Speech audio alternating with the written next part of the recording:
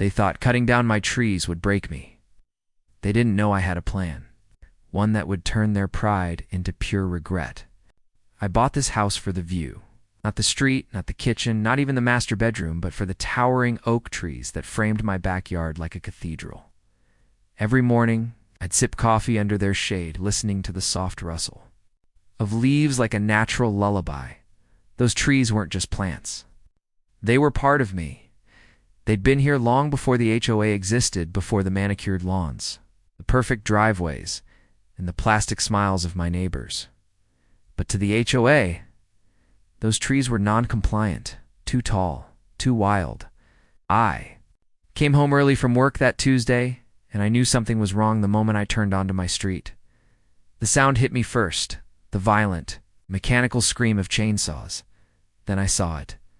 3 men in neon vests hacking into my oaks like executioners, branches crashing to the ground in slow motion. The HOA president, Martin, a man whose smile was as fake as his tan, stood there, arms crossed, watching like he owned the place.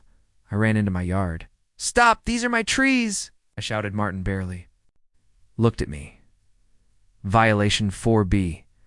Trees exceeding height limit. We're fixing it for you. Fixing it for me? By the time they were done, my sanctuary was a graveyard. Just stumps and sawdust. I tried everything. I filed complaints. I called the city. I even brought in an arborist who said the trees were healthy and harmless. But the HOA had a rule book, thicker than the Bible, and Martin knew how to twist every page in his favor. Every time I saw my backyard, it felt like a wound that wouldn't heal. They didn't just cut down my trees, they cut into my peace, and I knew. They needed to feel the same loss. I didn't act right away. That's the thing about revenge. You have to let it grow. One night, I was at a neighborhood meeting when Martin bragged about a new landscaping project the HOA had spent thousands on. A perfectly manicured park at the entrance of our subdivision. He called it the crown jewel. The neighborhood, everyone clapped. I smiled, because that's when I knew exactly what I'd do.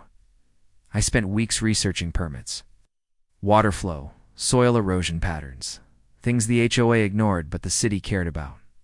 Turns out, the Crown Jewel Park was built right over a natural drainage path one heavy rain in the wrong conditions. And that park would be nothing but mud. It was a Thursday night when the storm hit. I had already prepared. Hours before the rain started, I accidentally adjusted the old irrigation valve on my property, the one that directed runoff water toward the park. By midnight, the grass was underwater. By morning, the flower beds had drowned, the mulch washed into the street. The carefully planted trees in the park were tilting like drunken soldiers. The HOA called it a natural disaster. I called it justice. They never proved it was me. They couldn't. But Martin's face the next HOA, meeting pale, tense, and furious, was better than any confession. The crown jewel was gone, and the repair costs drained the HOA's budget. For the year, no more money for petty fines, no more sudden rule enforcement visits. In my yard, I planted new trees, bigger ones, the kind with roots so deep no chainsaw could touch them without a fight.